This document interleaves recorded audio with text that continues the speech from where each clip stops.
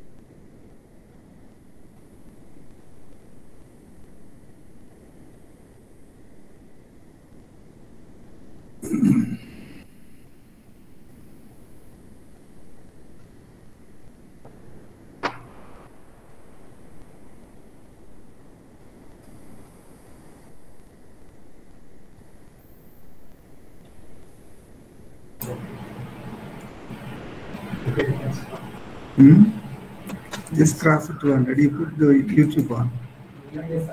Sir, recording.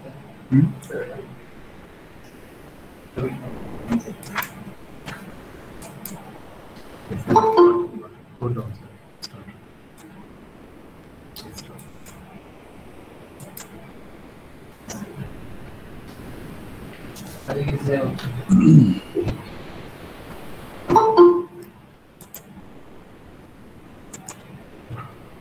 Shall we start, sir? It's almost started. Hello. Cross 200. Yes. Yeah, let's start. Yes. Good evening in Indian time. Actually, good morning to you, sir, and here in good evening. And today's speaker is actually Professor M. Krishna Erramilli garu. I would like to request all the students to mute your mics, please. Otherwise, it will be disturbing this lecture. First, I would like to actually thank the Honorable Vice Chancellor for Gurmeet Singh and for his actually guidance and actually support in organizing all these events. And respected deans, heads of the department, research scholars, my dear students, particularly all the students who are doing their courses through the distance mode, and other participants actually who are participating in the webinar, very good evening. On my behalf, on behalf of actually Directorate of Distance Education, Pondicherry University is inviting you to the international webinar on Disruptive Innovation, how companies compete today. And this is given by Professor M. Krishna Erramilli garu from Stuart School of Business at Illinois University of Technology, Chicago. First, I would like to actually give a brief background about the DDE for actually the guest and the webinar series. The Directorate of Distance Education was established in 1995 for offering postgraduate, undergraduate, and other programs. And now DDE is offering actually 8 UG programs, 4 PG programs, and 8 MBA programs. HRM, General, Marketing, Finance, International Business, Operations Supply Chain Management, Tourism, and Hospital Management. These are the branches actually we deal with. And we have about actually roughly about 4,000 students. Normally we have actually 6,000 plus. Because of COVID, actually our students are exhausted, and now we have about roughly about 4,000 students. So far, actually 2.5 lakhs of students graduated from actually this DDE Pondicherry University. On the occasion of Silver Jubilee, the Pondicherry University is actually organizing this series of lectures from the distinguished academicians, administrators, management gurus, and other professionals on various actually topics ranging from motivation to the orientation and leadership and various other topics. Most of the lectures are actually arranged on Saturdays for the convenience of the distance student, but sometime actually on Fridays also we are organizing because of the resource persons actually convenience. So I request all the distance students and actually the full-time students who are actually present in this lecture, and also research scholars and faculty members, to make the best use of this international and national webinar series organized by the Directorate of Distance Education, Pondicherry University. Now actually this is a brief introduction about actually the DDE and actually this webinar series, sir. Now, good evening, sir, and thank you very much, sir, for joining actually this 4th international webinar series talk. And now it is my privilege and honor to introduce actually Professor Krishna Erramilli, and he is of course I'll introduce of course in detail. Professor Krishna Garu, he is presently Director of Graduate Business Program and Associate Dean and Professor of Marketing at the Stuart School of Business. And he has about 45 years of professional experience ranging from North America, Africa, and Asian continents. He worked in industry in India, Nigeria, and taught in universities in US and Singapore. And Professor Erramilli Garu's doctor's work representing a pioneering analysis of the globalization of service firms, and his work in this area has been actually cited and extensively, and he has published actually large number of papers in world leading journals, and he has presented actually numerous international actually the conferences. And he has developed and taught actually numerous executive education programs in multinational companies such as Samsung, Roche Diagnostics, then DuPont, then the British Oxygen, DHL, KPMG, etc. Presently, he is with Illinois Institute of Technology. Before that, and he was actually with the Nanyang Technological University. Prior to that, he was at the University of North Texas. Before that, he was in Nigeria and various other actually places. Actually, he has done his various assignments. While serving actually Associate Dean, Nanyang Technological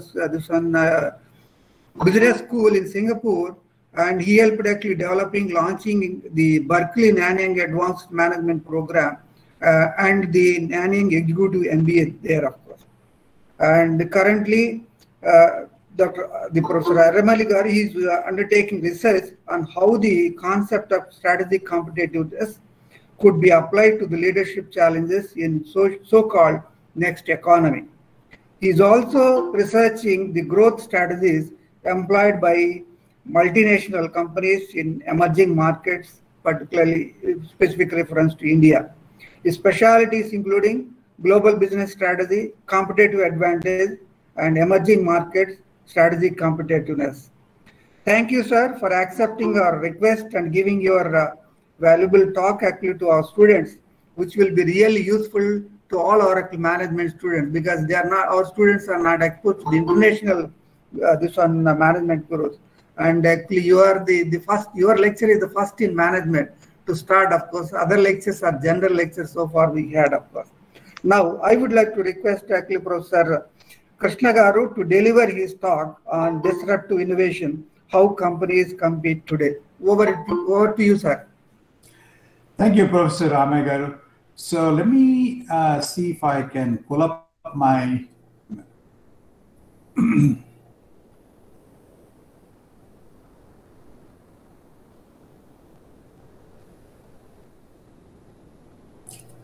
Can you all see my screen, my PowerPoint slides on disruptive innovation? It is coming up, sir. It is coming up. Yes, yes. Are you able to see? Yes, sir. Yes, sir. Okay. Yes, sir. Yes, sir. Thank you. All right. First of all, thank you very much, Professor Erramilli Garu, for this wonderful introduction to your DDE program. It's an extremely impressive program. I'm so impressed because I have rarely seen a program like this being offered to so many thousands of students. anywhere here in the US, and this is just mind-blowing that you're able to do this in India. And really, distance education is the has become mainstream education in most parts of the world today, as various pressures take on, including these things like the pandemic and people working very long hours and trying to juggle family life with work life. Online education, distance education has become a very big part of our education system. And I believe the scale at which you're making a wonderful impact in an area which is extremely important and growing really fast around the world. So congratulations for all the success you have been having, and also congratulations on your 25th Silver Jubilee anniversary. Thank you, sir. Thank you. You're doing wonderful work, and I wish we could learn from what you're doing there in India, so that we could offer the same kind of program to students here in the US. Thank you so much. Thank you, sir. And also thank you very much for inviting me to be a part of this very, very special celebration that you're having. And, I love meeting with students from anywhere in the world, and I love to talk to them. Sometimes I talk a little too much, but I do like to talk. And so this was a wonderful opportunity that Professor Erramilli gave me, and I immediately accepted without any hesitation. I was thinking about the topic and what would be relevant to you. I give talks on a lot of things, but I always try to think about a topic that is relevant to my audience and where they can relate to this.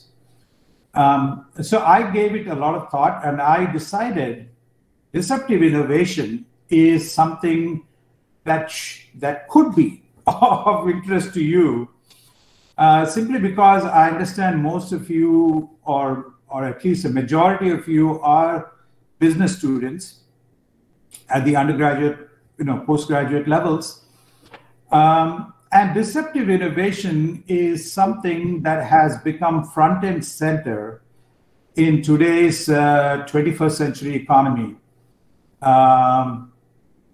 This is, we are in the midst of the fourth industrial revolution, and companies are becoming extremely innovative. One of the things that has struck me most was for much of the 20th century, if you are competing against a very large company like a Procter and Gamble or a Hindustan Lever,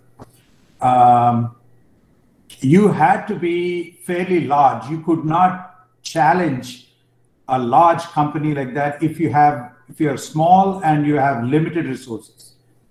But the technologies of the 21st century have made it now possible for even a small company with limited resources to challenge these large companies and substantially eat into their market share and achieve success. So that is effectively what we mean by disruptive innovation.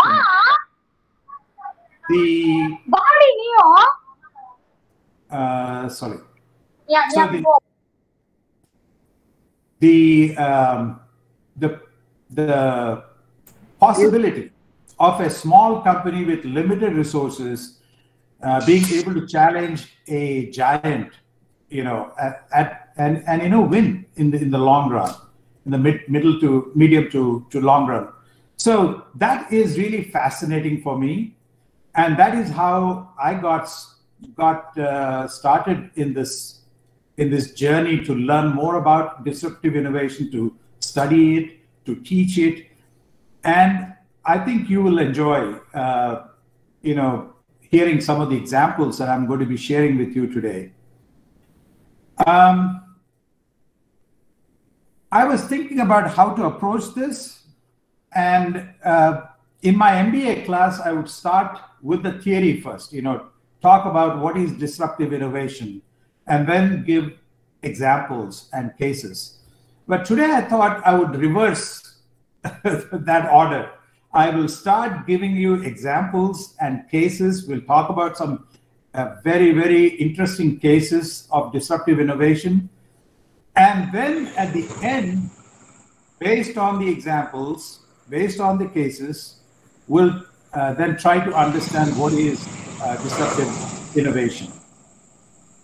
I would appreciate if people can mute their microphones. I'm hearing a lot of background noise, so I appreciate it. Somebody has the microphone on. Thank you. So today, we'll talk about how Toyota first disrupted the US auto industry. Toyota was a small player in 1970s, and the US company, the big three companies, General Motors, Chrysler, Ford, they were the giants. And here is how Toyota, a relatively small company, came and challenged them and ultimately became a market leader. The same thing happened in the photocopier industry. Xerox had virtually 100% market share around 1970. And then Canon entered the market and completely disrupted this photocopier industry. And Xerox is one of the followers today. Canon is the market leader here in the US. We'll also understand as part of this, why do companies like Xerox and General Motors and Ford and Chrysler, these big companies, when they see a small company coming and challenging them, why is it that they don't respond and respond immediately to prevent the new entrant from disrupting the industry? Is there a way that an incumbent company can eventually figure out ways to prevent disruption? And I'll briefly talk about Singapore Airlines and how they managed to avoid being disrupted. We'll also give, if you have time, I'll go through quickly, other examples of disruptive innovation, including some that are happening in India. In fact, India is right now a hotbed for innovation, and many of these are disruptive innovation examples. You can just look around. Once you understand the principles of disruptive innovation, you should be able to figure out how a particular company that you are very familiar with is using disruptive innovation. And as I said, at the end, we will talk about what is disruptive innovation. And then I'll be very happy to take questions from all of you. So let's start with Toyota. In the early 1970s, the major American automobile manufacturers like Ford and Chrysler and General Motors, they all sold, you see the picture there? These large cars, which were pretty expensive, and they targeted mainly the upmarket customers. Okay, they are upmarket consumers. And so that was the focus. And the reason is very simple. This is where the profit margins are big, large profit margins. And companies like to focus on customers who can generate a lot of profit for them. And so that is the reason why the big three automobile companies in the US were all focused on the upper middle, and high-end marketplace. The pyramid that I show here, the market pyramid that I show here, has these three segments that you probably recognize very easily. You have the high-end market, which is the most the wealthy consumers who are willing to pay, large, high prices for products that are very high performing. And then you have the mainstream or the middle income. And then you have the low end market, right? So the US companies were not really interested in the low end because the margins are small. And so they practically ignored the low end consumers and focused entirely on upstream customers. Now, what this type of strategy does is, in all markets across the world, when you ignore a particular segment in the market, that becomes an opportunity for a new company to come in and exploit it. And if they then become really strong in that particular segment and then use that as a springboard to move up into the mainstream and the high-end markets, that is when disruption takes place. So let us see what Toyota did. In around 1970 or 71, Toyota entered the low end of the car market here in the US. The American car companies, practically ignored Toyota, thinking that, this is a small company all the way coming from Japan. What do they know about the American market? Yeah, they may sell a few cars here and there to the low-budget customers, but they are not ever going to threaten our main market, which is the mainstream and the high-end market, right? So that is typically the reaction of companies like the big three automobile companies. They don't necessarily see a small company coming in at the low end of the market as a threat to them, and they simply ignore it. And that's what happened with Toyota. But then what happened was Toyota became really strong in the low end of the market. They became very successful with their models like Tercel and Corolla, which were sold to budget-conscious consumers who are very conscious of you also have to remember the context. In 1970, around 1970-71, we had the Arab oil embargo, and petrol prices just shot up through the roof overnight. And what happened then is that a lot of these low-end consumers became very, very particular about purchasing cars that have very good gas mileage, very good petrol consumption.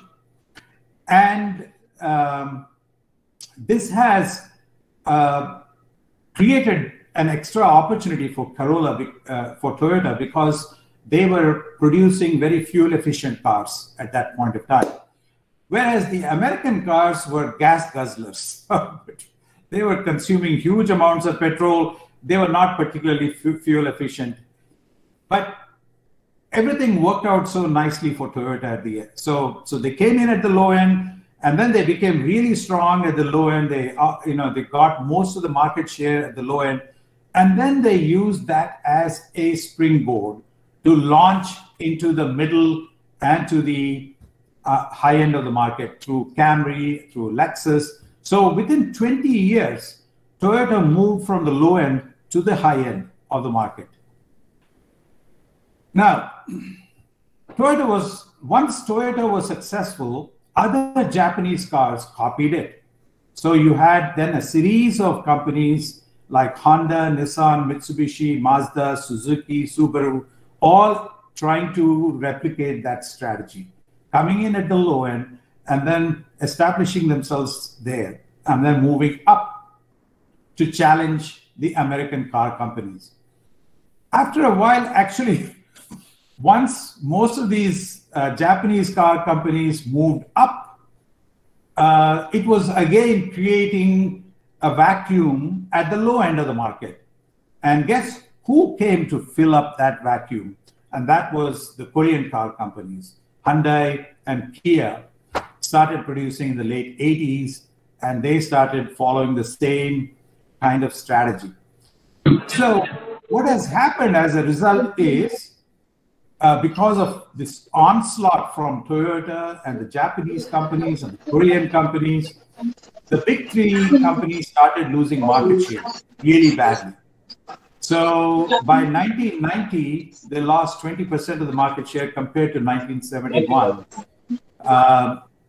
And even worse, by 2010, international cars, mainly led by the Japanese and the Korean companies, actually overtook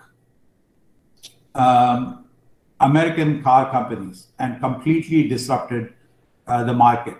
As you can see here in this chart, by 2010 or 2011, they became, the international car companies as a whole became the market leaders. And today, Toyota probably has a slight leadership advantage over General Motors. They're all roughly tied up with each other. But it is an amazing thing because at that time you had, General Motors was like 45% market share, and Toyota was just coming in with 1 or 2% market share at that point of time. Today, Toyota has become a world leader, in fact, not just here in the US, but across the world. Now, what this example shows is, I hope, that one way to disrupt the markets is to come in at the low end of the market, establish yourself really well if you're a small company, and then move up. So to challenge the market leader. If you can do that in a sustained way over a period of time, you could actually take on the big giants and defeat them and beat them at their own game. It also shows that disruptive innovation.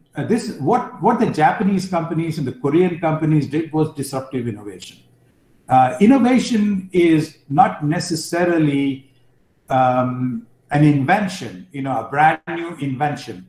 It could be an existing product or an existing technology, but with a very innovative business model.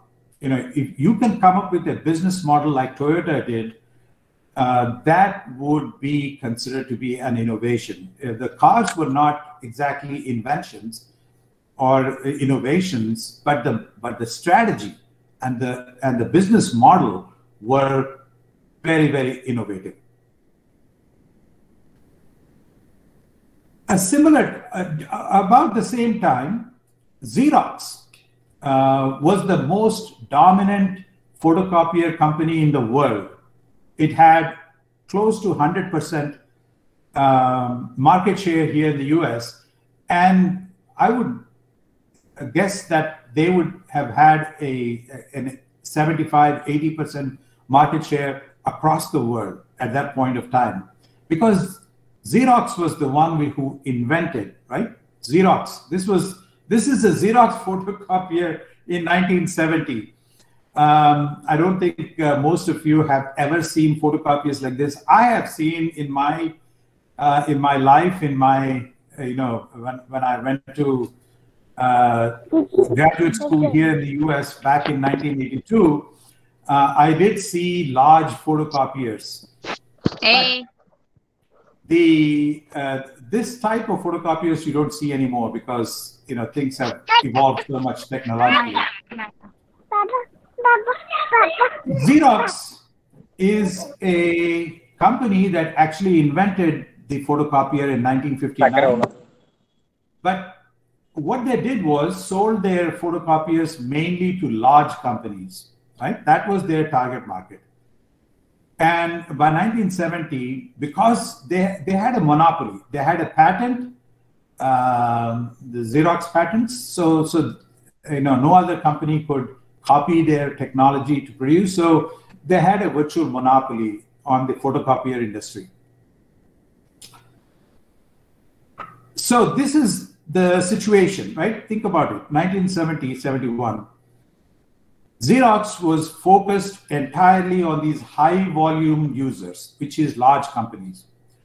But then there are a whole bunch of millions and millions of low volume users, like doctors' offices or lawyers' offices or small retail stores or small companies, entrepreneurs, startups that were practically shut out of this photocopier market because Xerox did not make copiers for their need, certainly not at the price that they could afford.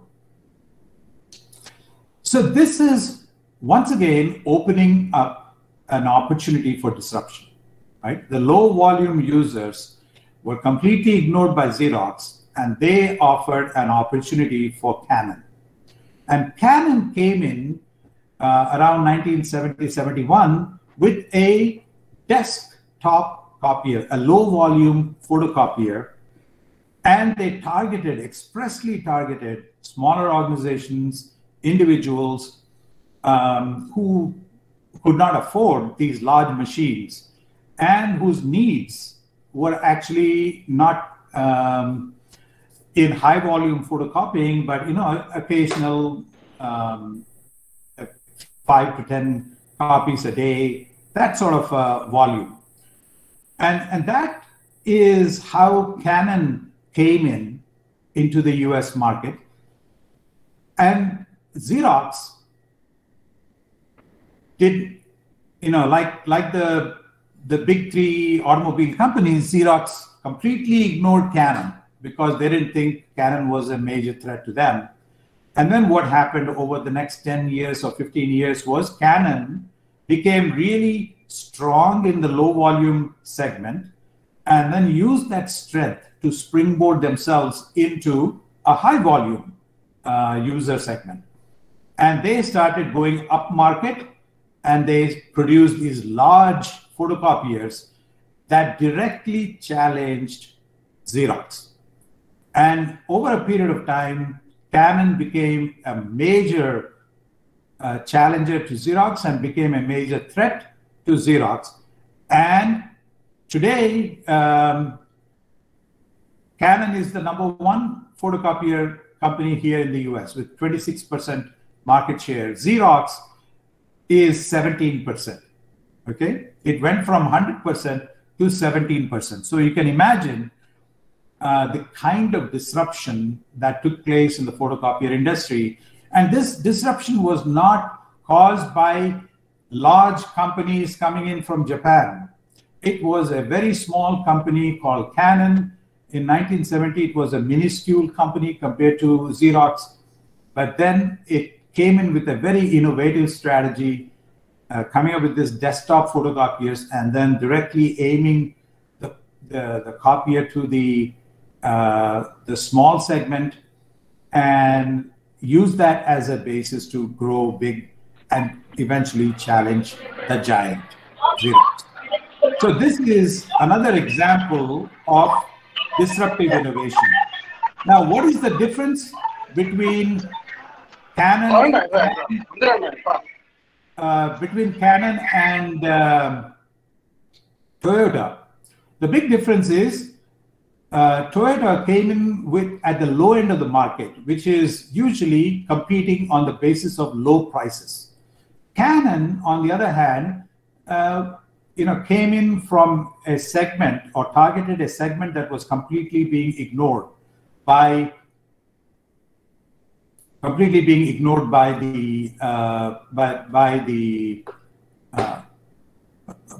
market leader.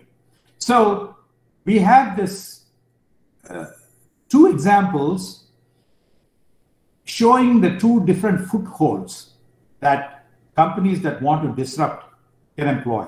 One can come in from the low end, the other can come in from a segment that is being currently ignored and create a brand new market which never existed before. The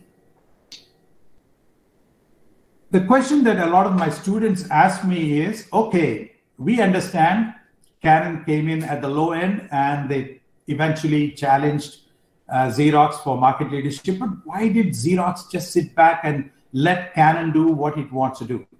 The same question can be asked about the auto companies. Why did General Motors and Ford and Chrysler let Toyota come in and do its own thing without responding to it? Part of the reason is these big companies don't see the threat. They see the small company coming in at the low end or in a small segment that they don't think it is profitable. And so they don't take action because they think these are big players. We don't have to worry. And so it's a sense of arrogance. You know, a market leader is arrogant and so doesn't think that the small company can come and hurt them. But there is also other reasons why these incumbent firms don't respond. Here is an example with Kodak. In Xerox's case, Kodak and IBM announced photocopiers to challenge Xerox about the same time, 1970, 71, when Canon came in. And obviously, because both Kodak and IBM were large companies, Xerox took them very, very seriously. They said, my goodness, if these guys come and challenge me, we are going to be in trouble. And so their whole attention was focused on these large competitors. Specifically, what Kodak and IBM did was what we call as a frontal attack. They attacked Xerox where Xerox was the strongest, which means both companies tried to go after the same customers that Xerox was serving. That is, these large companies.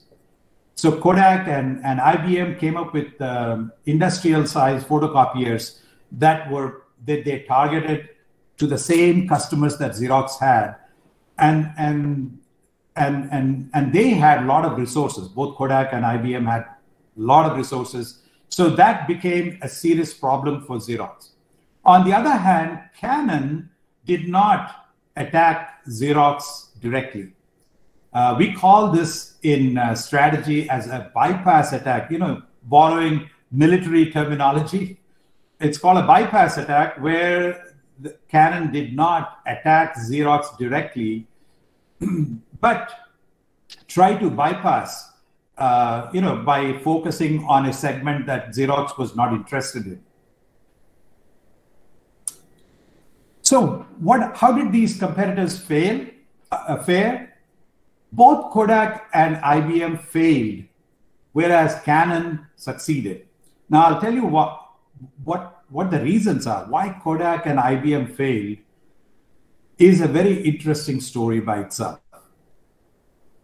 Kodak had a superior product. Their photocopiers were better than photocopier, the machines were much stronger, much better performing than Xerox's. However, the problem with Kodak was they didn't have a very good sales force. They didn't have the sales force capabilities to go sell these machines to these large companies. IBM had a great sales force because they were already selling mainframe computers to large companies, right? So they already had an inside track into these large companies. Their salespeople knew exactly how to sell these big machines to big budget items to large companies. However, the problem with IBM was it had an inferior product. The product was not as good as Xerox's. And so for these two reasons, both Kodak and IBM failed. Now, I generally ask the question, let's say we turn the clock back to the 1970s. What would you have done if you're running Kodak and IBM? The obvious solution would have been at that time for Kodak and IBM to set up a strategic alliance, to set up a joint venture, where Kodak would contribute their superior product, and IBM would contribute their stronger sales force, and the two of them together would have been unbeatable. They could have taken on Xerox and finished off Xerox in a way in 10 to 15 years. But they didn't do that. In those days, it was not very common for large companies to enter into these kinds of strategic alliances. Today, it's a very natural thing. It's a very natural thing for companies to do. But in those days, it was not the case. But see, Canon succeeded, like we said, because Xerox lacked the capabilities to make smaller copiers until the early 1980s. And so finally, Xerox introduced a small copier in the early 1980s through their joint venture with Fuji, and they advertised, for it. But unfortunately, it was too little, too late by then. Canon was already well established in the low end, and Xerox did not succeed as a result. And the rest is history, as we say. Can a company take proactive action to prevent getting disrupted? And the answer is yes. You have to be a little more humble, right? You have to be humble, not arrogant like Xerox and General Motors and these large companies do. When they see a small company coming and potentially disrupting their markets, they should have the humility to say, these guys can become serious threats to us one of these days. So we better take some action, some proactive action to prevent getting disrupted, right? So Singapore Airlines, fortunately, had the humility to watch the market closely for these potential threats and then take proactive action. I believe all of you know Singapore Airlines, but Singapore Airlines is easily one of the top most well-regarded airlines in the world. They compete on providing exceptional service. Their planes are, always close to cutting edge because they have a very young fleet. They have a lot of technology on board, and they have an impeccable safety record compared to most other international airlines. And they are very reliable in terms of providing scheduled arrivals and scheduled departures. And for years, they tangibilized their service using this Singapore girl icon, which represented the best of what Singapore Airlines could offer, right? But then Singapore Airlines also, on most sectors, charges more than the competing airlines. So they charge premium prices. So they're saying basically, we give you great service, but we also charge higher prices, but the higher prices are completely worth it because of the kind of service that we provide. So more for more, that is their traditional strategy of differentiation. In 1993, AirAsia, now I believe AirAsia is also in India, but AirAsia became really, really successful when it started in Malaysia, and then it spread to some of the neighboring countries. AirAsia is widely considered to be the pioneer of low-cost travel in Asia. And today they have 165 destinations spanning 25 different countries, and they are usually, normally ranked as one of the best low-cost carriers. When they started in 1993, Singapore Airlines kind of looked at them because they are in the neighborhood, right? Malaysia. And they were worried that AirAsia could one day become a threat to Singapore Airlines? What if they come in with much lower prices than Singapore Airlines and, taken away all of Singapore Airlines customers? Singapore Airlines did not react the way Xerox and General Motors and Ford reacted. So what they did was they watched AirAsia grow and develop. And once they were convinced that AirAsia became a threat or could become a threat, they immediately launched what is called as Tiger Air. That was the first budget airline that they launched in the early 2000s. Tiger Air is an interesting phenomenon. This is a completely low-cost budget airline that is very similar to AirAsia, but the company did not made sure that Tiger Air had its own company. They didn't want to have this as part of Singapore Airlines, because running a budget airline requires a completely new outlook, a new type of organizational culture, which, that is the kind of culture that we see in a lot of other successful low-budget or low-cost airlines do. In the US today, we have one of the most successful and maybe the pioneer of low-cost travel is Southwest Airlines. And, they succeeded because of their culture, the organizational culture of being very frugal.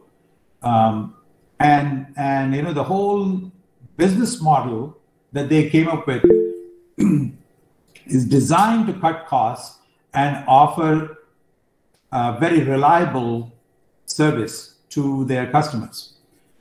So Tiger Air was a separate division, a separate company. And after, I don't understand exactly what happened, but later on, they also introduced something called flyscoot.com, Scoot Airlines, and then merged Tiger Air with Scoot. So today, I believe it is Scoot.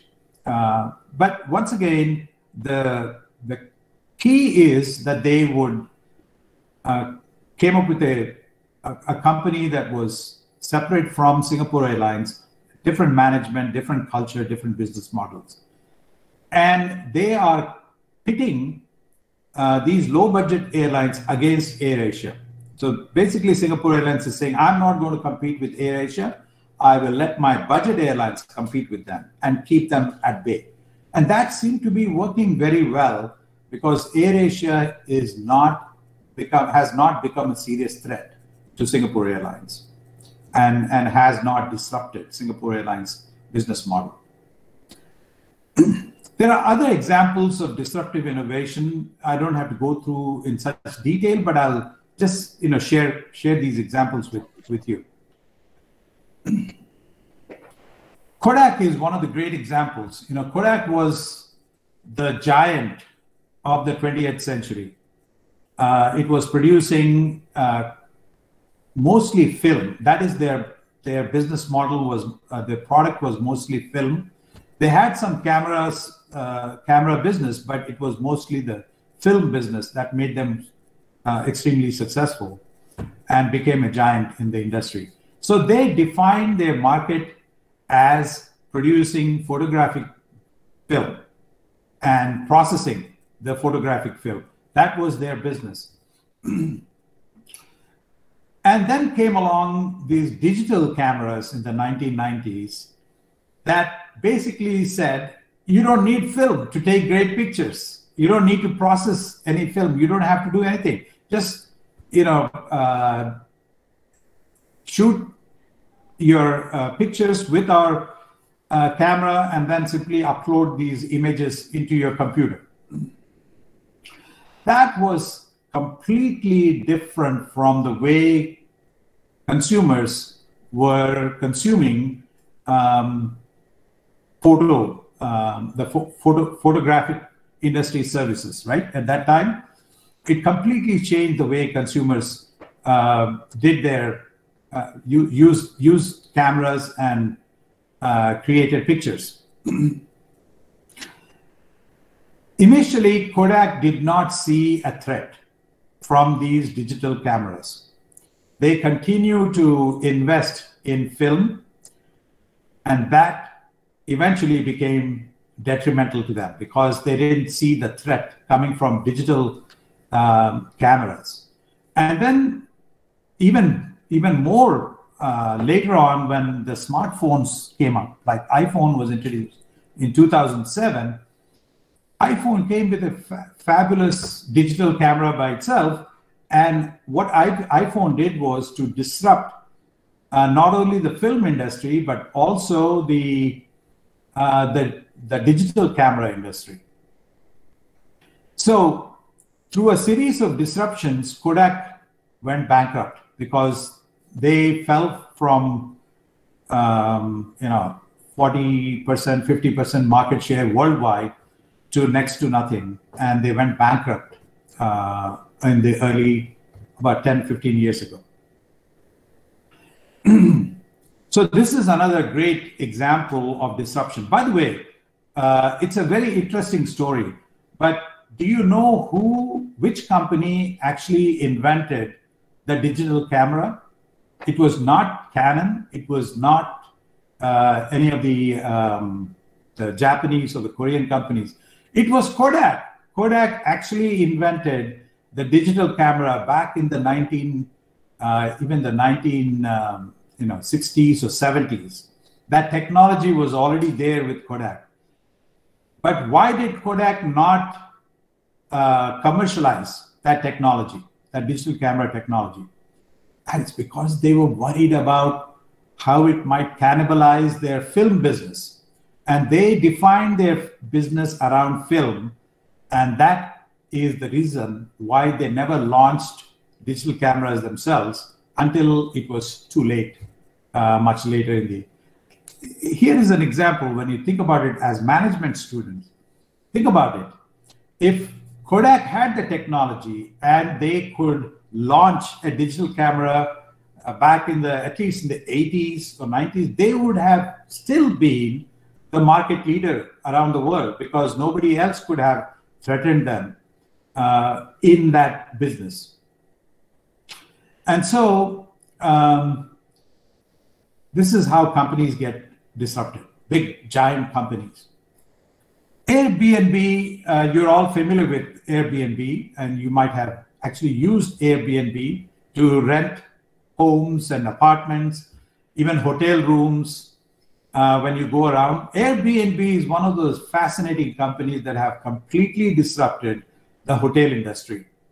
You can rent an Airbnb from a small house, an apartment like the one on the left, or you could rent something very palatial as the picture on the right. So they have covered everything from the low end to the high end of the market. And what they have done is seriously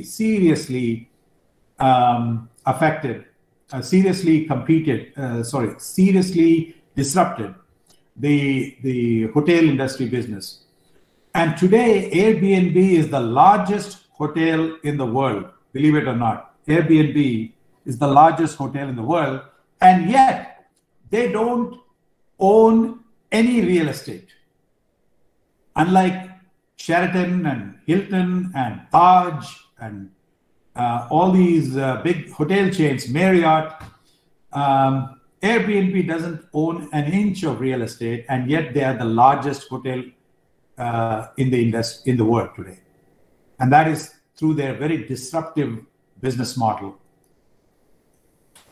I know Netflix is in India and is doing well, according to what I read. It is still struggling a bit, but we see a lot of Netflix films. And so they are not only video streaming their services, but they're also creating a lot of new content that is very relevant and very pertinent to people in India. And Netflix is today in probably 100 180 or 190 countries around the world. They are everywhere. But they got started by this disruptive model. Before Netflix came, Blockbuster was the major way that people could rent videos.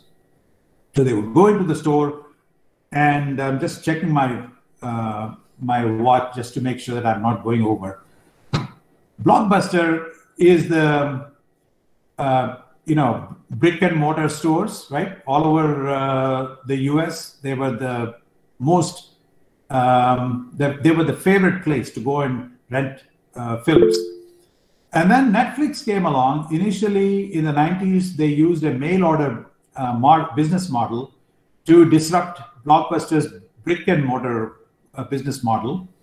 And then, in the last 15 years or so, they have been they have moved into streaming, online, video streaming services, and Blockbuster is nowhere. They just went bankrupt, and they didn't have the capabilities to compete with Netflix. Today, Netflix has completely overtaken Blockbuster and many of the other video rental chains, and also other types of video streaming services. Netflix is the market leader here in the US. Another interesting thing is how, shampoos in India have been traditionally sold in those bottles. You have to pay 150, 200, 300 rupees for a bottle. And what that meant was a lot of poor people, low-end consumers, were completely shut out of the shampoo market. You know this better than I do. I'm just kind of preaching to the choir here. And then I believe it was a company called Chic that was, I think it's a Chennai-based company, that initially came up with this idea of a sachet where, a single-use sachet. So they started selling shampoo in a sachet, and charging 50 naya paisa for each of them. And suddenly, shampoo became an affordable product to millions and millions of people at the low-income end of the market. And eventually, they became very popular, and Hindustan Lever, Procter & Gamble, and all of these major multinational companies now sell their products in sachets as well. But the sachet that Chic initially created actually disrupted the shampoo market for Hindustan Lever. And Hindustan Lever lost market share as a result of this. So another, it's a very simple thing. It's not a major innovation like Einstein. You don't need to be an Einstein to come up with an idea like that. But a simple thing like that can be a disruptive innovation, a little packaging innovation. Back in the 1970-71 time period, Surf was the most dominant detergent powder, but they sold mainly to the high end of the market. And then Nirma came. I think it was in 1969. They introduced their detergent powder in a smaller pack, but they were selling it at much cheaper prices than Surf.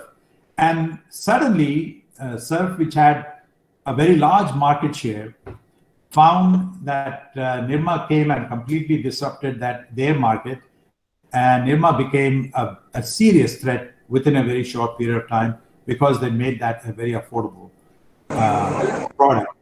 And then Surf later, the Hindustan Lever later had to introduce their own low-budget product, Wheel, to compete against Nirma. But it happened as an afterthought, not like Singapore Airlines, not a preemptive measure. Maruti is widely considered to be one of the most disruptive innovations. When Maruti was introduced in 1980s, sometime 81, 82, 83, along those lines, Ambassador and the premium Padmini were the major automobile brands. And then Maruti came in at the low end of the market, and came up with really good cars that were exactly right for the Indian middle class families, and made it very affordable. And that made a big dent. And again, this is something that you know better than I do. So we have seen a lot of examples. Let me conclude now and describe what is disruptive innovation. The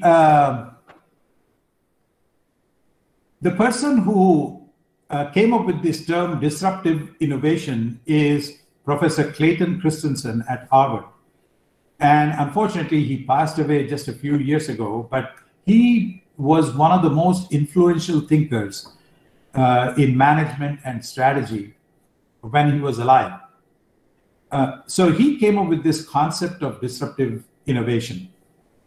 It was being practiced a lot by companies, but nobody, kind of conceptualized it and put a theory and a framework around it until Clayton Christensen came along. So let me go through these 3 steps to describe what disruptive innovation is. It is an opportunity for an opportunity for disruption can arise because incumbent firms offer products to low-end customers with performance they don't desire at prices they cannot afford. So it is like those big car companies.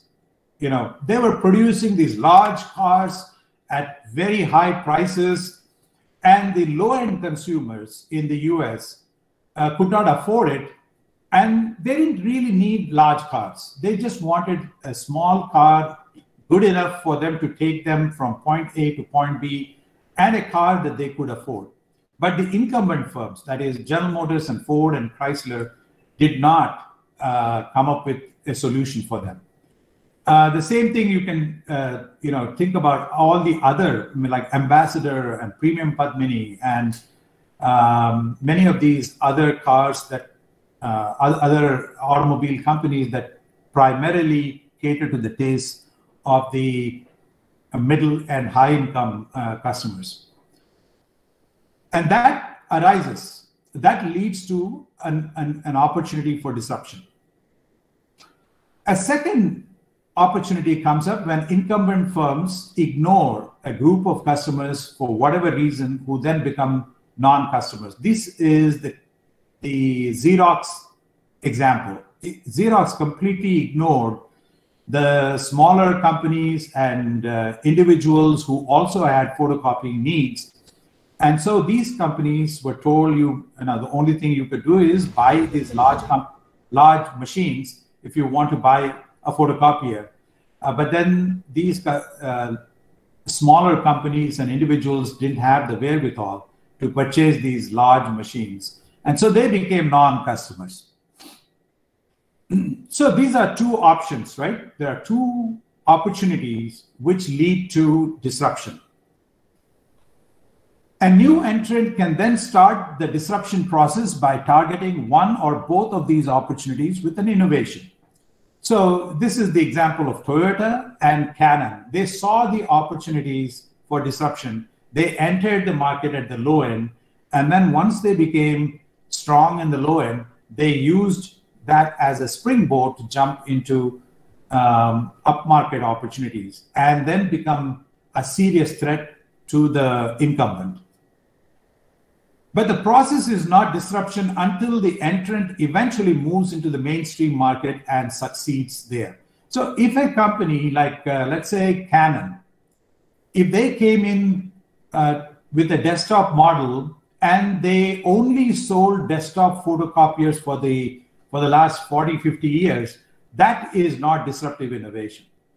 It became a disruptive innovation when Canon used the desktop photocopiers as a way to become strong in the photocopier industry, move upstream, and sold larger photocopiers to mainstream customers, which is at that time, mostly large companies. So disruption, it is not disruption. And if, for example, if Toyota had come in and sold only small cars and have been selling only small cars to the low end of the market, that is not disruption. But simply because Toyota moved upstream and started selling to the mainstream markets and to the high end of the market, that became a disruptive innovation. So I hope from everything that we discussed today, you have a good understanding of what disruptive innovation is. And now you can look around you as you go about your daily business to see which companies in India are using disruptive innovation and what the incumbent companies can do to avoid disruption. And learn from this. And eventually, you will become managers in companies and you will be running businesses and you have to develop strategies. If you're a small company, think about disruptive opportunities where you can challenge much larger competitors through disruption, coming in at the low end or looking at a group of customers that are currently not completely being ignored by the large incumbent company. If you become a manager in a large company, watch out for those small companies that come in to disrupt your business. Don't take anything for granted that you will, once a Hindustan leader, you will be a large company, you will be very successful, you will continue to be successful. No, look at what happened to Kodak. Kodak thought they were invincible. Xerox thought they were invincible. General Motors thought they were invincible, but they all fell prey to a small companies that came in and beat them at their own game through disruption. So advice for you is for the companies in the 21st century, disrupt or be disrupted. Okay? Disrupt or be disrupted. Thank you very much. You've been wonderful, and I'm happy to take questions now. Thank you, sir. Thank you very much. Now, it's really, though I'm not a subject expert, I know what is disruptive innovation now. And now, actually, I would like the students to go for Q&A. One by one, you please actually identify yourself one by one. Please actually go, or the questions are there in a chat box, we'll address those also.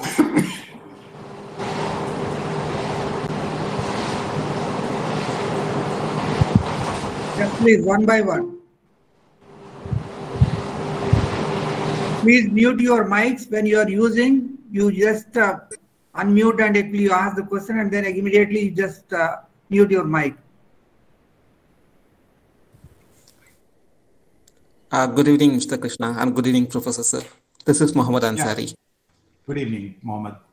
I'm from Pondicherry. I work in the healthcare BPO industry as a team lead. My ultimate agenda is to start up a company in our own business in Pondicherry. That's my ultimate goal. My next 10 years goal will be starting up a company in Pondicherry. Every time, after listening to a conversation, every time I was planning to hit the target in a US providers or something like that. After this conversation regarding a disruptive marketing, so I plan to reach the local market, like local customers. Yeah. My question is, even though once we went into a while I working in a company, we have handling a big company, big clients and the smaller clients. But the current strategy, how to manage both, because our managers are keep on pressurizing us to take care only the big companies. We are losing the business for the smaller business. So can you give me some lights how to we manage the both bigger business and smaller business at the same point? So you want to start a new company? Yes, that's my next ultimate agenda, to start our own business in Pondicherry. Okay, and then you have you're currently working somewhere. You're working in a large company. Yes, that's right. Okay, so are you planning to start this new business within this large company or as a separate business? as a separate business. I mean, this is going to be independent of the company that you're working in, right? Yes. So the main thing is, look at who the big incumbent companies are in your industry. Who are the large companies that you are trying to compete against? And you have to do a lot of analysis on what the different segments in the market are and which of these segments are currently being served by this incumbent firms, these large incumbent firms. I'll guarantee you this, you will find some segments of customers who are being completely ignored or being underserved by this large incumbent company. Once you identify some segments where you find that the large companies are currently not active, you then go in there and try to understand the customer requirements and the customer needs and what these customers are struggling with, what types of needs, unmet needs that they are facing. And then you come back and think about, can I come up with a product? Can I come up with a business model that will make my product attractive to this group of customers who are currently being ignored by the large multinational company or by the large incumbent company? You should start small. As a small company, you cannot take on these large companies by yourself. You have to start small. You have to be like the Canon. You have to be like the Toyota. You start small in a segment where you don't attract any attention from these large companies. Once you become strong, eventually, then that will give you the resources, the size, the clout, the scale to then take on the large companies much more directly. Does that make sense? Yes. Yeah, if you need more specific help, because I need to know more about your industry and the products and the technology, I can help you, but it has to be on offline basis. I'll be happy to, if you drop me an email and we can have a conversation later. Sure. Thank you so much. I already dropped the LinkedIn request to you. I hope you will be good. Okay. Thank you so much. Thank you, sir, Rami, sir, for giving me an opportunity to speak in this conversation. Thank you.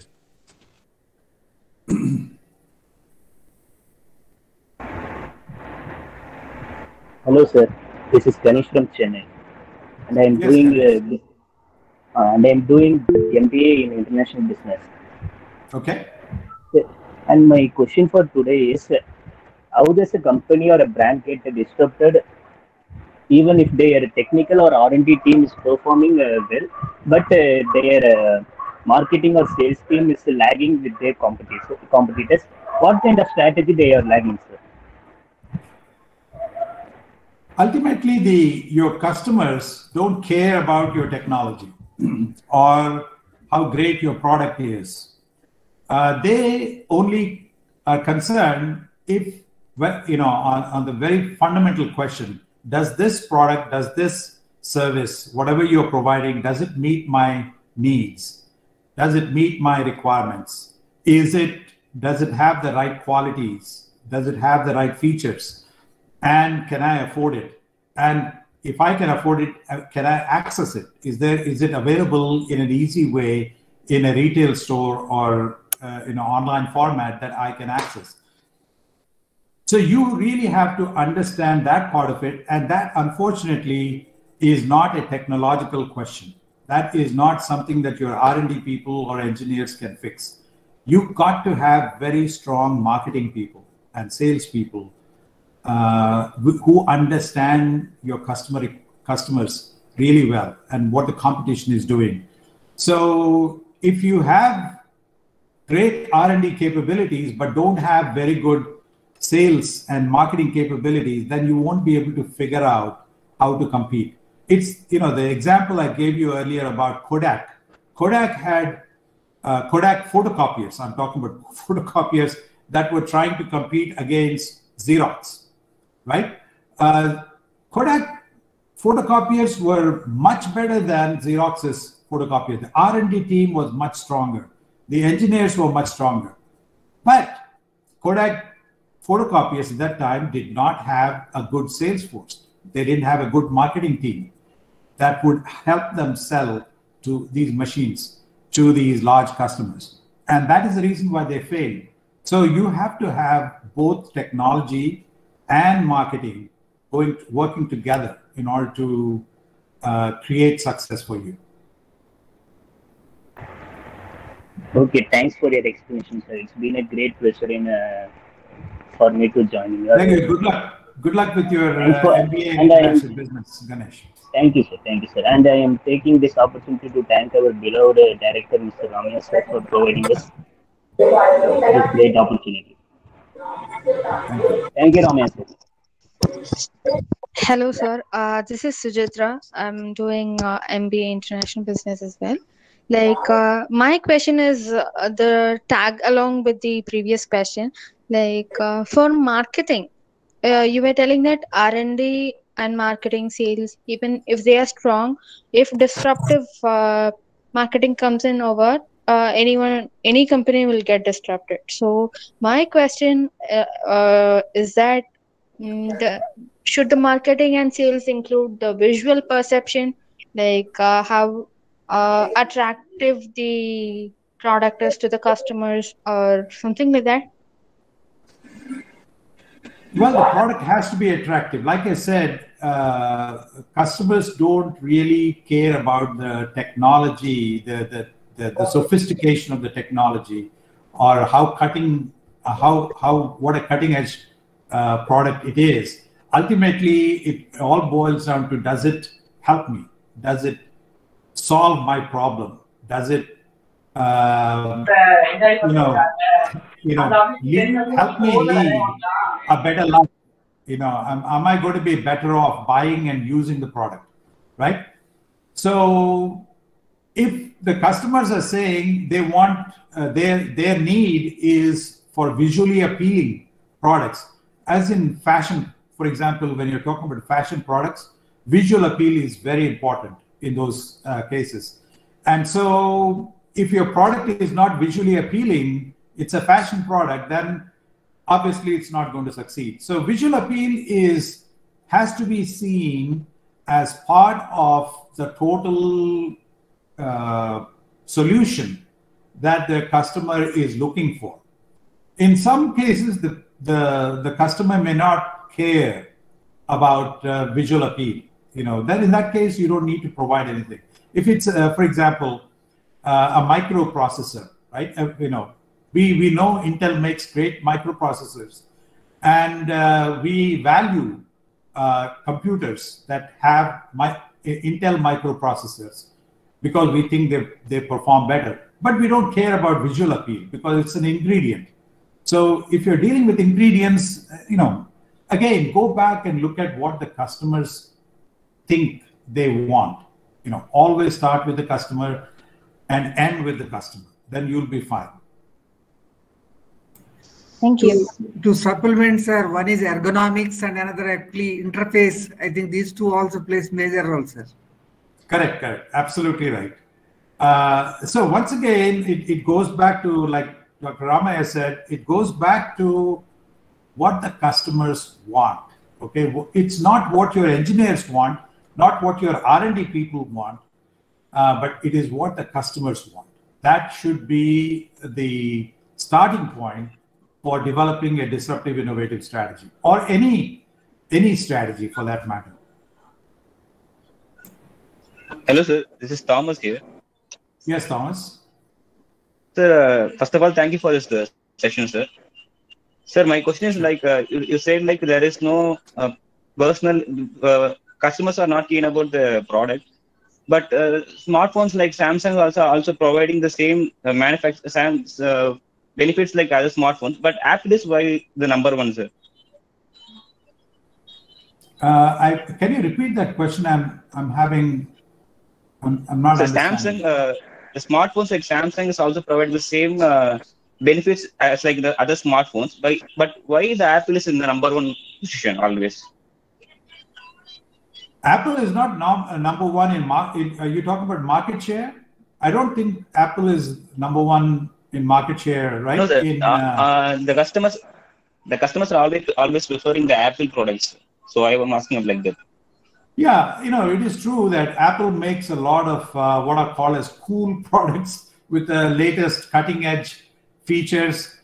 And there is a status associated with the Apple brand because the brand is considered to be very, very upscale and premium. So there is a group of customers who like those things, and so and they will always prefer an Apple product.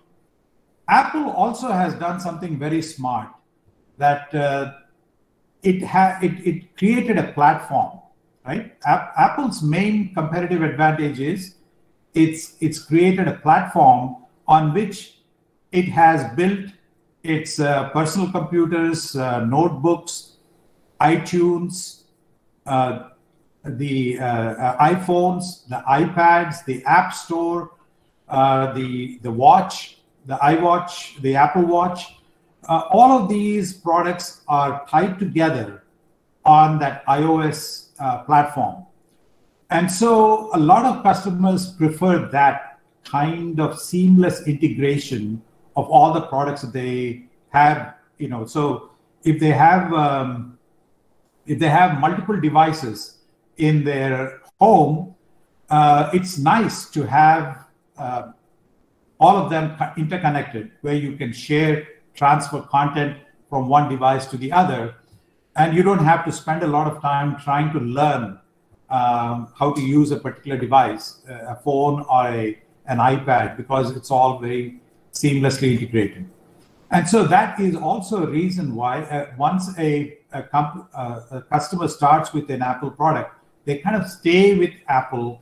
They start, a lot of consumers in this country started with iPod, right? The Apple iPod. They don't make it anymore. But Apple iPod and then iTunes, and then the same people then migrated to iPhone, and then the what is that called? The App Store, and then the watch. So it is just the convenience factor for them. However, Apple always charges premium prices for anything and everything. And that is the reason why, although they're very successful here in US and Europe, in most emerging markets, Apple's market share is just barely 2% or 3% or 4%. It's not very high. That is because the price tag is very high. And a lot of customers cannot afford that, right? And so you buy Chinese smartphones or Samsung or one of these other smartphones that they can afford. Thank you, sir. Thank you so much. Yeah. Hello, sir. Sir, myself is Sundar, yes. So actually, I'm working as an operation manager here. Mm-hmm. So I just want to know that what are the necessary precautions to be followed for a company that they are not being disrupted by newcomers? What are the necessary precautions to be followed? Right, the precautions to be followed is really you have to know your market, and you have to constantly monitor your market. Make sure that you're covering all your bases. You're covering all the important customer segments in your market. Don't ignore any groups. And if you do have to ignore, and I understand that even large companies cannot serve everybody, so they have to pick and choose certain segments as target markets. Like Singapore Airlines. See, Singapore Airlines is a perfect example of how these large companies can operate. They can they are focused primarily on the high end of the market, and they know that they cannot serve the low end of the market, and therefore they are open to disruption. But what did Singapore Airlines do? They monitored the market. They did in some companies, it's called environmental scanning. Constantly look at what is happening in your market. Which are the new companies that are coming in? Which are the companies that could become competitors, which could be disruptors potentially? And then take preemptive action. Don't wait for these companies to come and disrupt the market for you. You have to be proactive. Before they are able to come and disrupt your customers and your markets, make sure that you are ahead of the game all the time, ahead of your competition. So today I can tell you, you cannot really protect yourself 100%. There is no 100% guarantee that you won't be disrupted, but you can significantly reduce the chances of being disrupted by constantly monitoring what your customers are doing.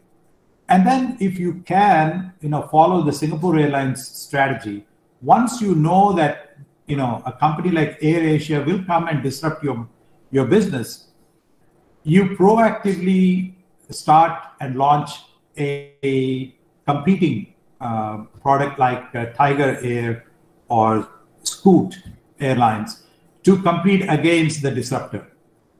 You should not. There is one temptation.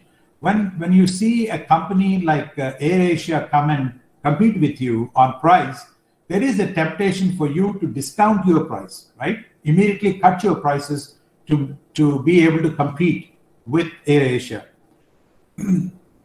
or whatever disruptor that you're looking at.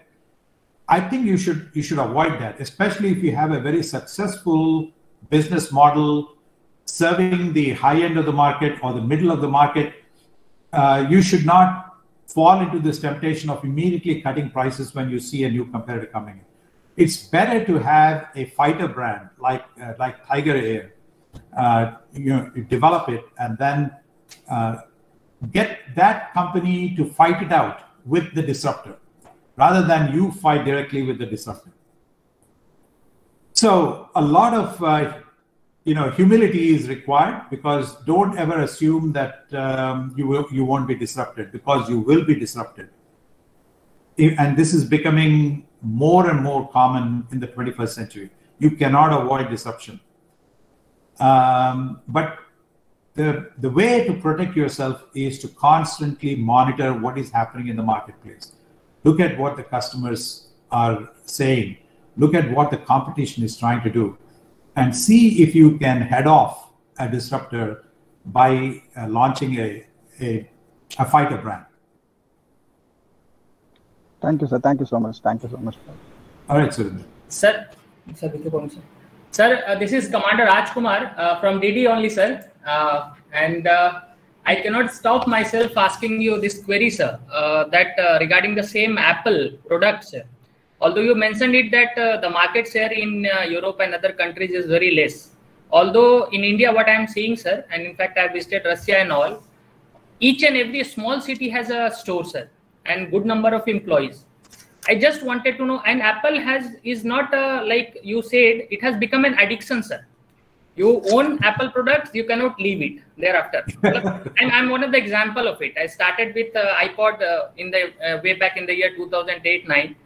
So just wanted to know what is the strategy they are using. Although their market share is less, but this is one of the marketing question which is haunting me, and I will not get a good night's sleep, sir, if I will not get an answer.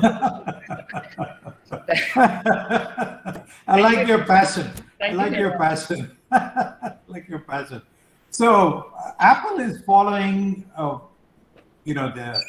premium differentiation strategy, right? A differentiation strategy where it says we provide the best products in the market. There's nothing out there that is better than ours. We provide the best product.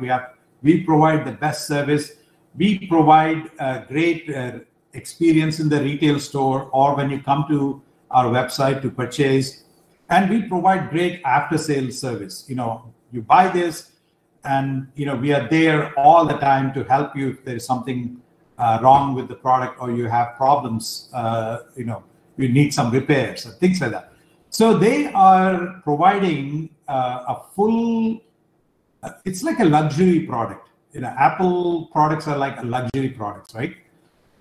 They offer great products, but then, like luxury products, they also charge premium prices. They did try some years ago to come up with a product called Apple 6e smartphone, or Apple 6s or 6e. I don't remember now. They were trying to, charge a much lower price on that device, and apparently at that time they said, this is more towards the middle of the market. So we are trying to go down market to expand our market share. But they were not very successful in doing that. And so they went back to their premium differentiation strategy. And a lot of people have asked them, why don't they come up with low-end products? Maybe don't call them Apple products, maybe call them something else. And then Tim Cook, the CEO of Apple, has repeatedly said that is not of interest to us. We are sticking to serving the high end of the market, and we're going to charge premium prices, and we're going to produce great products, very innovative products. Now, why they're so profitable on such small market shares is they charge premium prices. Can you imagine paying $1,000 for a smartphone when a lot of competition is offering their phones for next to nothing if you sign up a contract with a carrier? Here in the US, that is the traditional way to sell smartphones. So, although their competitors are selling their products at far lower prices, there are people who still want to buy an Apple and pay the huge premium on it because of the things that I have outlined before. It's very well integrated. They don't sell a smartphone for the sake of selling the smartphone. The smartphone comes up with the App Store. It comes with iTunes. It is integrated with your computer. If you're using a Mac desktop or a Mac laptop, everything is so seamlessly integrated. And people like that sort of convenience. And then you pay for it. But there are not, the vast majority of the market don't have the purchasing power to make that, to pay that kind of price, $1,000 per smartphone. So that is where Apple has become I think if I'm not wrong, they were the first company to become $1 trillion market value company, and then $2 trillion market value company, and now I think it's close to $3 trillion. And so everything they have done not on volume but on margins, huge margins. Thank you very much, sir, for such a lovely explanation. And the product which you are talking about that become a failure is iPhone SE, sir. I'm following it for quite a long time. iPhone SE. SE. Thank you. iPhone SE, not 6E. Thank you, sir. Thank you very much. Thank you. Thank you very much. Yeah. Hello, sir. This is Manish Tripathi from Mumbai. Thank you for your nice lecture covering disruptive innovation. Now, I want to content a part of your lecture. That was, I think, a very, very important part of your lecture, in which you talked about that innovation is not disruptive until it has gone mainstream. For example, yes. So I want to content that point. For example, if we take the case of a, say, photo film. Now, earlier Kodak was there with the photo film. When the Canon came in, they came with the digital one, right? Now, in this particular case, they actually went mainstream in the sense that they destroyed the Kodak film. Today, we don't have Kodak film. Now, if we take case of Singapore Airlines, in order to compete other low-cost airline, they created Tiger Airline. So, if I am targeting a segment in which I am creating an altogether new segment, or I am making a big, making that segment larger without impacting the other mainstream segment, I feel even this is also a disruption. So like I said, disruptive innovation is very clear. It can happen only in two situations. One is where an entrant comes in from the low end of the market and competes on low prices, like AirAsia. Right? AirAsia wanted to compete against Singapore Airlines, mainly on price. And so they could have become a major disruptor for Singapore Airlines' industry if they had moved upstream.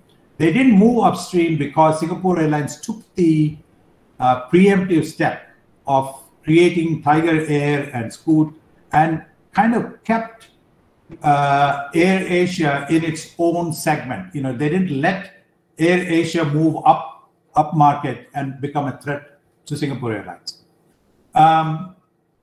The second opportunity is where you come in with a strategy to address a group of customers that are currently not being served by the incumbent company. So, like for example, Canon photocopiers. The photocopier, the small organizations and individuals were completely being ignored by Xerox. And so Canon came up with a desktop photocopier and squarely targeted that group. And once they became very strong in that segment, they used that as a springboard to jump up into the mainstream market. So the definition, by definition, disruptive innovation only happens if a company comes in from the low end or from an unserved market and moves up into the mainstream. That is the definition of disruptive innovation.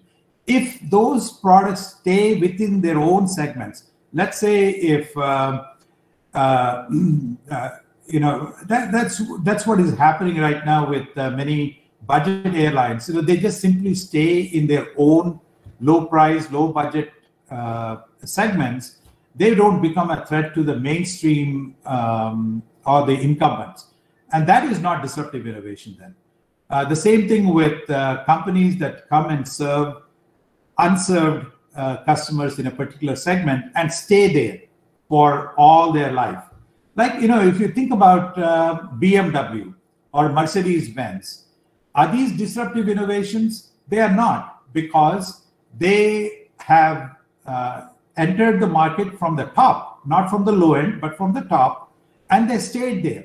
They haven't come into the mainstream market because BMW and Mercedes-Benz, these are luxury brands, and their whole business model is about serving rich people with cars that they want, right? And so they're very profitable, but they don't come into the mainstream segment, and that is not disruptive innovation. Right now, Tesla is making a big splash here in the US, the electric cars, right?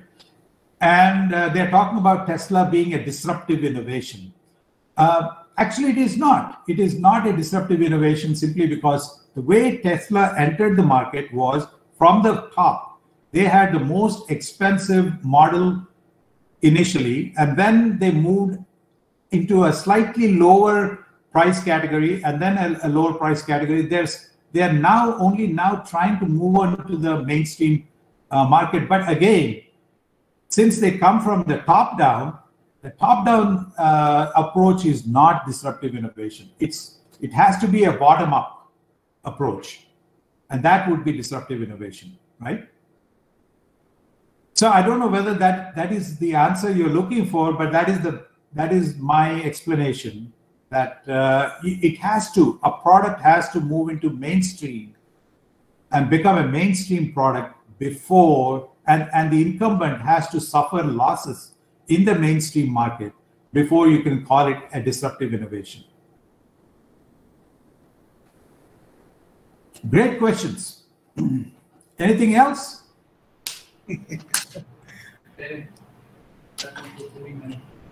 Yeah, the last question I can ask is because I am a student of MBA in International Business, So now, is there any difference between disrupting a domestic market vis-a-vis disrupting an international market? Is there anything like this?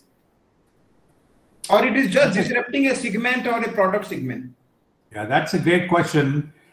And, you know, disruptive innovation takes place in a market, and the market is defined by you. So if you define the market as a domestic market, as a national market, then whatever happens in that national market is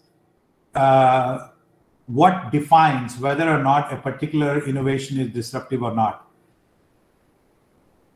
But if let's say a product is not disruptive at home, but it goes abroad and in a different market, in an international market, it creates disruption there. Potentially that could be disruptive in that foreign market, right? Now there could be companies that would be like some of the Chinese companies are doing today. You know, they compete like Xiaomi. I think they sell a lot of smartphones in India, but they also sell a lot of these smartphones in places like Africa and Europe. And I don't think they are here in the US, but you know, eventually they would be there.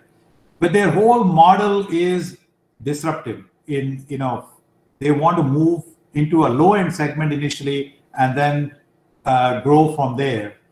And that is a common strategy they use in all of the markets. So it is possible for a company to say that we will not be a disruptive innovation just in a domestic market, but across the whole world in a global sense. And then you have to, you know, study it along those lines. You know, who are the incumbents that are currently dominating the mainstream markets there, and how is this new innovation attacking that incumbent, and is it able to move from the low end or from a non-customer segment into the mainstream to decide whether disruption has actually taken place.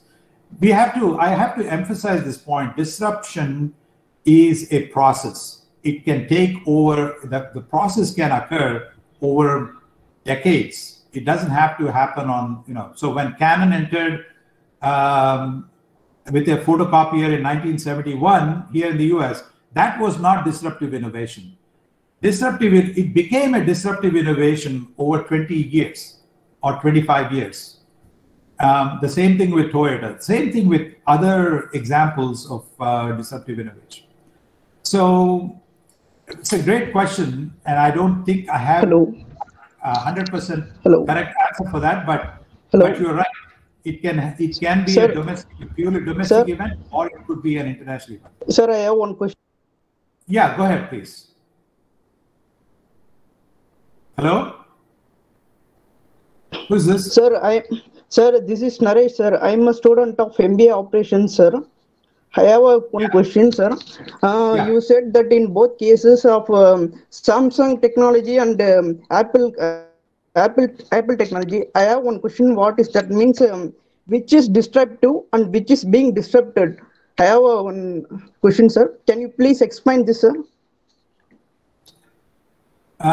You're saying which is disruptive and which is not. Which one are you talking about? Which are you talking about? Apple, or are you talking about Samsung? Sir, 1 minute, sir. My question is that which is disruptive or which is being disrupted? That is, I'm asking for whether Apple is disruptive or being disrupted, or Samsung technology is being disruptive or disrupted. That is my question, sir. As far as I know, I don't know how they're marketing in India, but generally the way they market, Samsung is not a disruptive innovation. Apple is not a disruptive innovation. In the strict definition that we have presented here. What could be disruptive innovation is Reliance Jio or Xiaomi one of these other companies that are coming in from the low end of the market, those could be disruptive innovations. And if you're an Apple or a Samsung, that is what you have to watch for. You have to watch for what these other entrants are doing, what are these other companies are doing. Are they simply coming in at the low end and simply staying there, at the low end selling low-priced smartphones? Or will they eventually move up and come to the middle market and to the high end of the market and become a threat to me? And so I don't think either Samsung or Apple are disruptive innovations or disruptive products.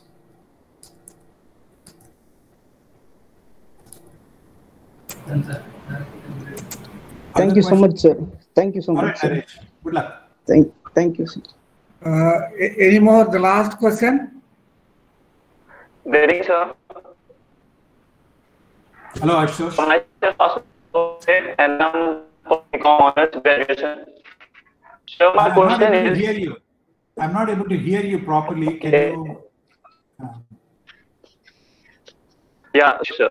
So myself also I'm pursuing my graduation, become honors. And sir, my question on disruptive innovation is, what is your view, sir? I still cannot hear you. I still don't understand. You may be having some connection problems, internet problem or cellular connection problem. Mr. Ashutosh, you can type in your question and sir will answer. That is a good option. Yeah. I'll be happy to answer your question in the chat box. If you send me the question on the chat box.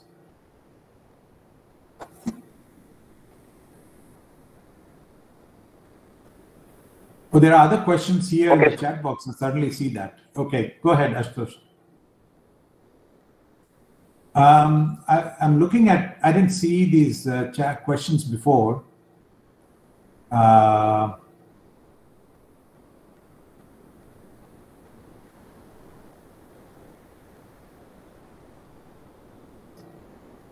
So Pandian says, why Singapore Airlines started Tiger Air to provide services for low-end market? Why they didn't provide services in the same name as Singapore Airlines? Very good question. So Singapore Airlines started a separate airline to fight it out with Air Asia, which they thought would be a potential disruptor to their business. Why did Singapore Airlines did not itself compete with with Air Asia? The reason is Singapore Airlines, is a very profitable, very successful company. It has a great business model. It has a wonderful reputation and brand name for providing high quality services, and they don't want to risk losing that branding advantage, that reputation, by lowering their prices to compete against AirAsia. So what they did was, and this is a very common strategy, if you have a very strong brand, you don't want to compromise your brand. So you want to start what is called as a fighter brand. A fighter brand is a brand that you create to compete against a particular competitor. So Tiger Air is like a fighter brand that Singapore Airlines developed in order to fight with Air Asia. And Tiger Air charged about the same prices as Air Asia did. They didn't provide much service. It was a very, very, bare bones type of operation. You don't get any services at all on ground or in the air, but you get an extremely attractive low price.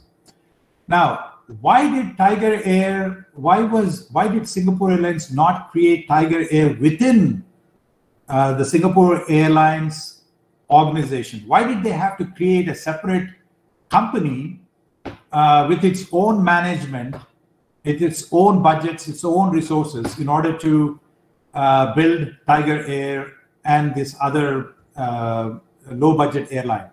The reason is, in order to have a low-budget airline service, or for that matter, a low budget retail store or a low budget technology product, the most critical thing is organizational culture. You've got to have the right type of organizational culture, which is what we can call as a frugal culture, in order to cut costs to the bare minimum and then use that low cost as a basis to charge low prices, right? Organizational culture is very, very, very, very critical for this. And companies that try to develop budget brands, low price budget brands within existing companies have failed pretty miserably. And so, because you don't have the right organizational culture. And that is the reason why Singapore Airlines decided, I'm going to create a separate airline with its own organizational culture, with its own managers. And they can then develop a very low-cost airline by themselves. That is very important in disruptive innovation. If you're trying to attack a disruptor, you cannot often do it with your current organizational capabilities within your own company, especially if you're a high-end brand like Singapore Airlines does. Okay, anything else?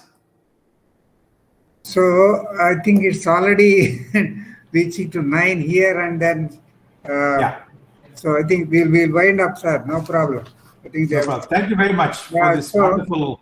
So first of all, I would like to thank Professor Krishna Garu for actually giving a stimulated talk, and it's actually very, very simple. As I told you, stick to that, and of course, even a person like me who is not from the management, I'm able to understand the whole thing, of course. It's really good, of course. And I hope actually all my students enjoyed and got benefited from that. And a customary actually from the university is actually all the resource persons actually, we are giving some kind of actually a memento from the university, which we will be actually sending you by post, by Indian Post. It will be reaching to you, and this basically the memento of Jubilee celebrations of this DDE.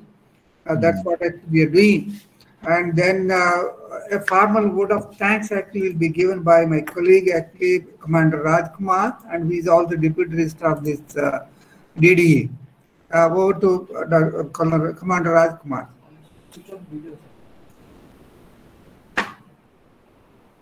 Good evening, sir. Am I audible, sir? Yes, I can hear you. Good evening to all who are a part of this webinar on a wonderful evening here in India and morning at Chicago, sir. I am here to present a vote of thanks, a formal vote of thanks, which sir has said. I am indeed privileged and honored to present one.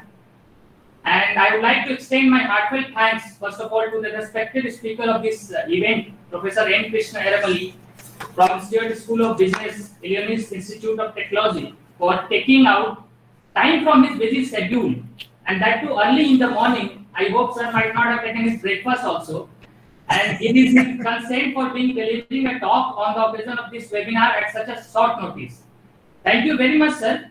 And your explanation of the definition of disruptive innovation by explaining the examples beforehand was a great way to make the concept clearer to all of us, especially who is to take up career in marketing, sir. Thank you very much, sir.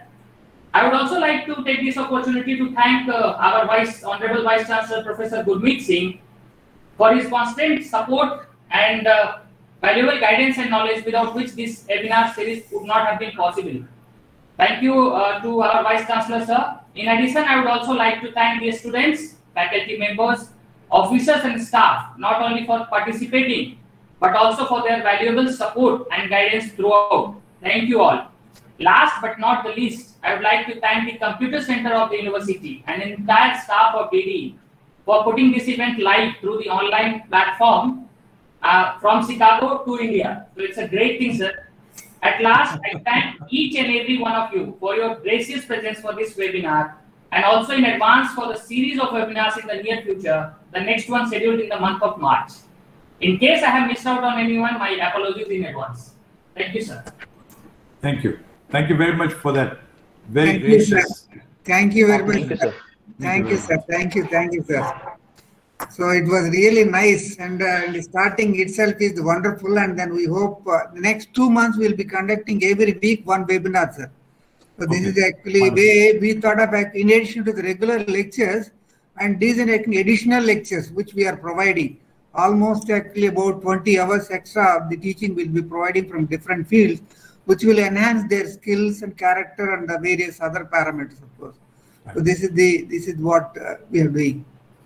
Yeah. By the way, if you would like to, I sent you a PDF copy of the presentation. Please feel free to share it with all of your students. Sure. So what we'll be doing actually, we are recording this video. This recorded video will be there actually on the university website, and your PPT also will be actually put onto the website. Okay. So the students will be able to. Some students who have missed.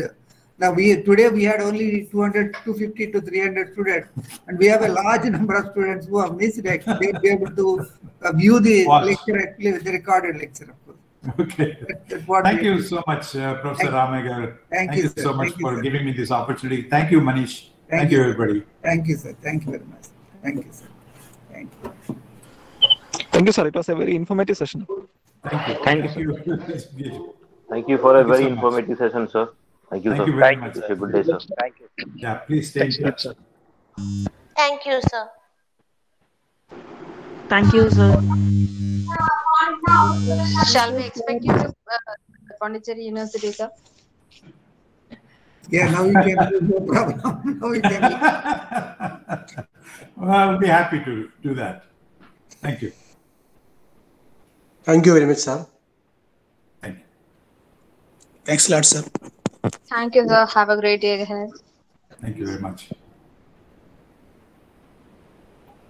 Thank you, sir. Thank you. Thank you so much, sir. Thank you so much. In the first lecture, we had about 700 participants. Thank you, sir. It always happens like that. Don't worry. I think 200 is pretty good. Yes. I was very pleasantly surprised. Thanks, Andy. Thank you. Namaskar. Thank you very much.